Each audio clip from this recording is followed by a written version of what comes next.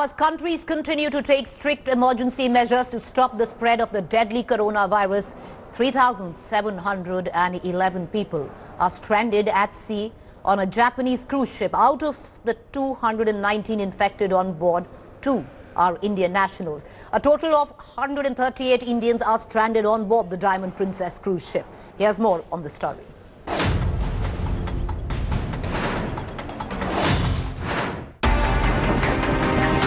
A dream cruise turning out to be the worst nightmare for 3,711 people on Japanese ship Diamond Princess.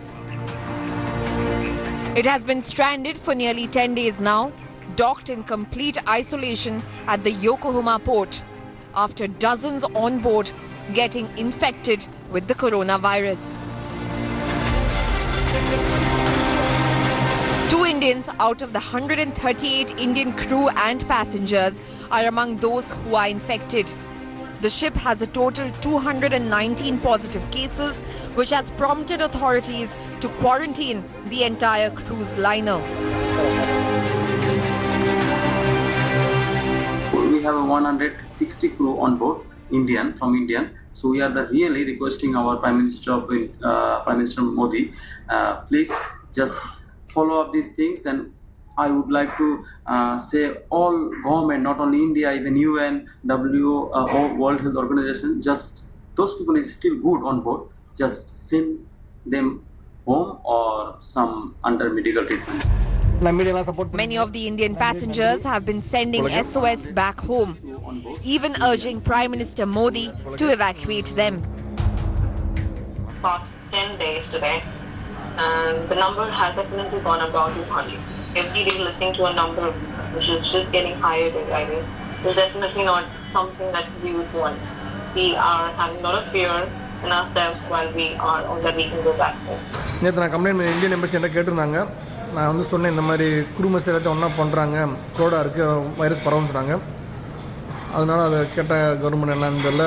இன்றைக்கி வந்து crew மெஸ்ஸில் வந்து எல்லாத்தையும் separate பண்ணிட்டாங்க. எல்லாமே நேருக்கு நேராக ஃபேஸ் உட்காந்து சாப்பிடக்கூடாது. Their families back home have also appealed to the government to bring them back safe. Tamil Nadu government எவ்வளவு சீக்கிரமா மீட்டு கொண்டு வர முடியுமோ கொண்டு வரணும். ஆனா கொஞ்ச நேரத்துக்கு முன்னாடி அவங்க கப்பல்லே அனௌன்ஸ் பண்ணிட்டாங்க 10 டேஸ்ல நீங்க வந்து வீட்டுக்கு அவங்க நாட்டுக்கு போயிரலாம் அப்படினு சொல்லிருக்காங்க. The Indian embassy in Tokyo is in constant touch with the Indians on board the ship.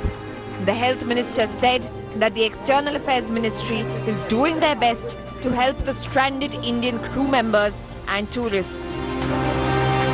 इसमें हमारे 132 क्रू मेंबर्स और 6 पैसेंजर्स हमारे इसमें इंडिया के भी हैं, लेकिन इनको वहीं पे क्वारंटाइन किया गया as per the you can say decision of the Japanese government also, and technical and scientific advice, etc.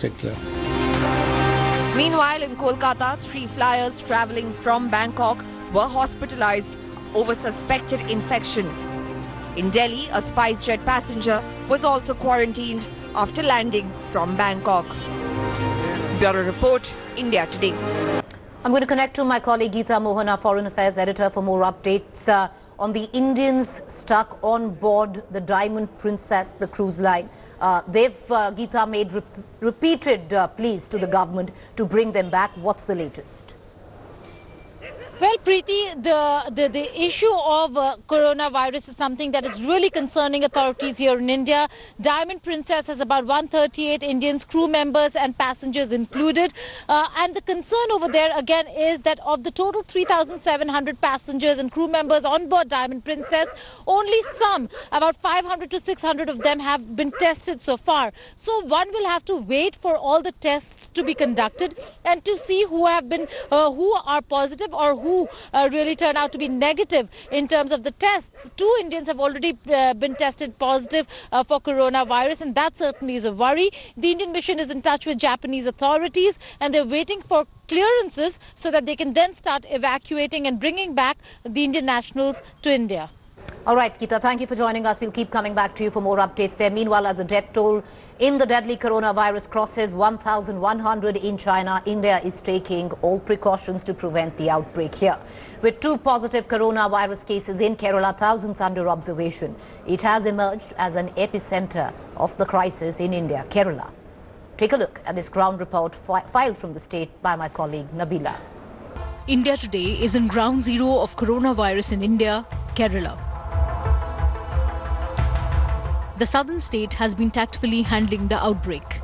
The number of people kept in home isolation has now reduced from 3,447 to 2,455. 27 people remain in hospital under observation, 3 of them being foreign nationals. While the corona outbreak in China shows no signs of abating, Kerala and India has been doing a fantastic job.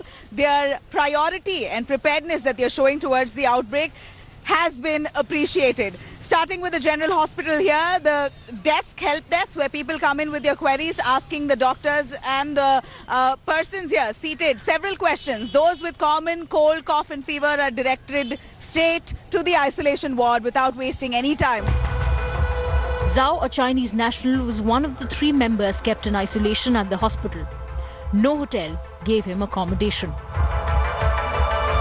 You're happy now that you're out of isolation ward? At first, I was very happy when I get free, but I am nervous as well. If some hotels or hostels refuse me, and I will be very difficult. Members from other foreign countries holidaying in Kerala seem unfazed.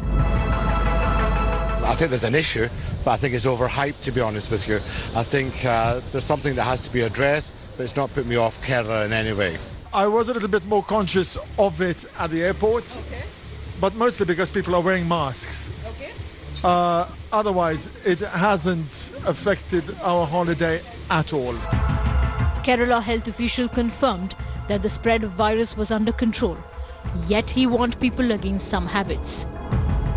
Teams did a good job. The entire state teams did a good job. So that was what ensured that picking up in time. Otherwise, they would have gone around being positive and might have spread to maybe hundreds and thousands of people by now. A few instructions that you would want to not mixing with anybody, no spitting in the open, coughing and sneezing only with a mask or with a handkerchief covering your mouth and nose, no sharing of eating space or dining table or anything, and no going out in the evening, nothing. So just like chicken box it at home. Kerala looks prepared. The question is, are other states doing enough? We've got to learn a lot from the way Kerala has been combating this virus here. Their control rooms, their call centers, their isolation wards, their hospitals, their doctors, so equipped. It's something that we certainly need to learn from. So far, there has been no casualty in India reported, and we take pride in it. This is Nabila wrapping up for India Today with camera person Tingu Rajshekaran. I want to connect to my colleague Nabila, who's joining us from Thiruvananthapuram. Nabila, you've been tracking the developments in Kerala that has unfortunately now become the epicenter of the coronavirus at all, if there is in India. What have you seen in terms of preparedness? Get us the latest. Well, here, epicenter of coronavirus in India is certainly Kerala, but the way Kerala has fought this situation is certainly commendable.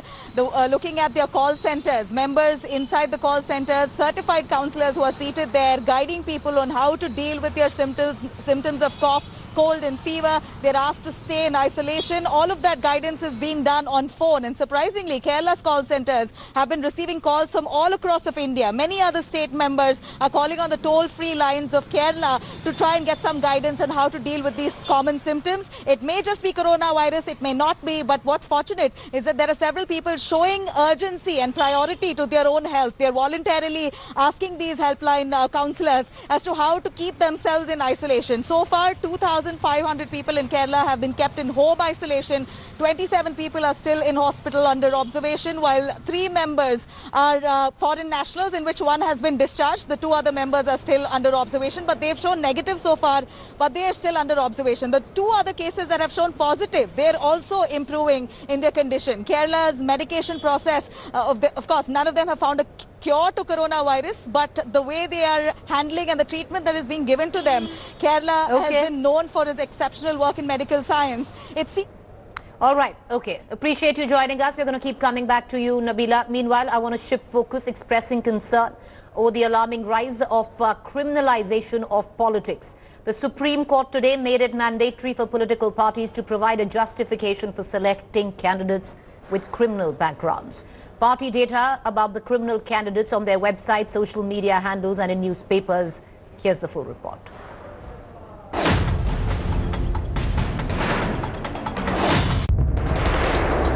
A big move to fight criminalization of Indian politics. The Supreme Court read out the Right Act to parties giving tickets to tainted netas, asking them to list such candidates and details of criminal cases and status of litigation against them. Parties will now have to list details of dubious candidates on their websites, social media and newspapers. Political outfits will now have just 72 hours to inform the poll panel about such candidates and justify why they chose them.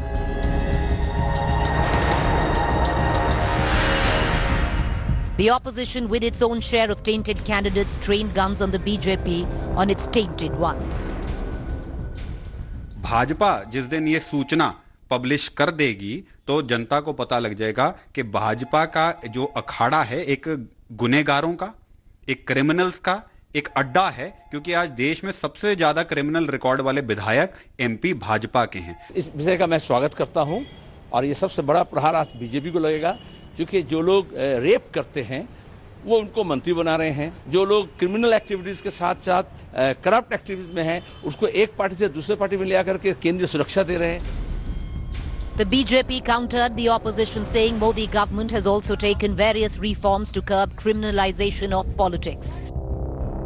एक नए सिरे से चुनाव सुधार की ज़रूरत है और उसमें 5 सालों में मोदी जी की सरकार ने कई सुधार किए हैं और उस दिशा में जो है वो अगर आगे कोई और सुधार की ज़रूरत होती है तो करना चाहिए। Will this be the end of the road for tainted netas in politics who have proven to be the bane for India's democracy? Bureau Report, India Today. Meanwhile, draggers out in Congress after the party failed to even open its account in Delhi once again. Jairam Ramesh has called it an unmitigated disaster like the coronavirus for the party, citing the BJP's failure to polarize elections using Shaheen Bagh. The former minister urged the party to be bold, aggressive against all forms of communalism.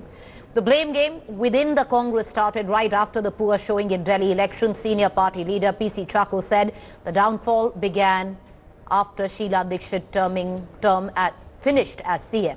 Milan Deora soon termed Chako's comments unfortunate. Former Finance Minister P. Chidambaram comments hailing AAP's win over BJP were also met with sharp criticism.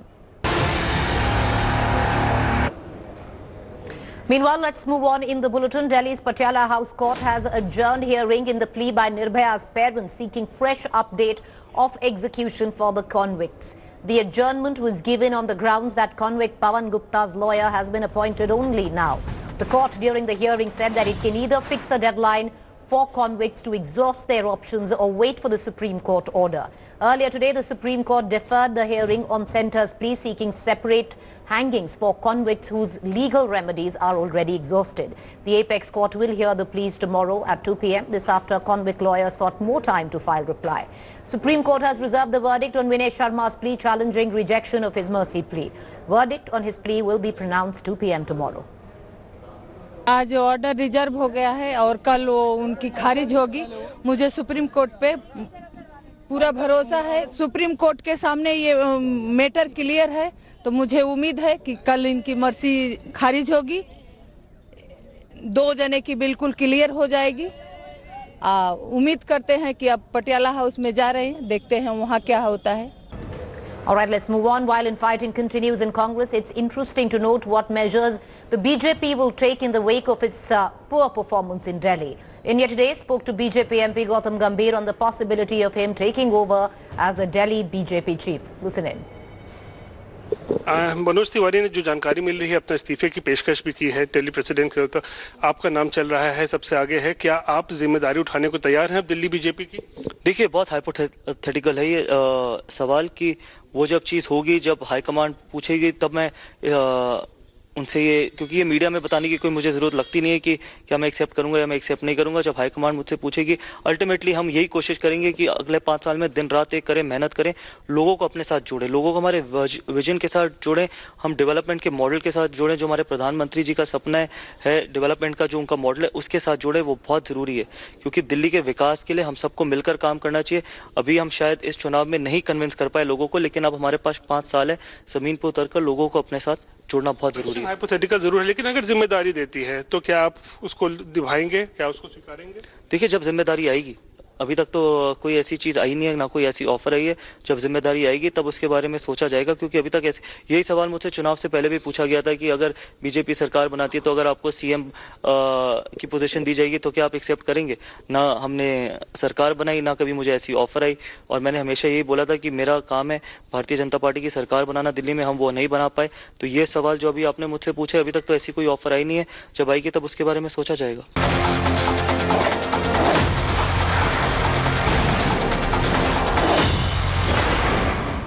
Hi everyone, Preeti Chaudhary here. Hope you like this video. For latest news and analysis, like and subscribe to the India Today YouTube channel. And don't forget to press the bell icon to stay updated. Thank you for watching.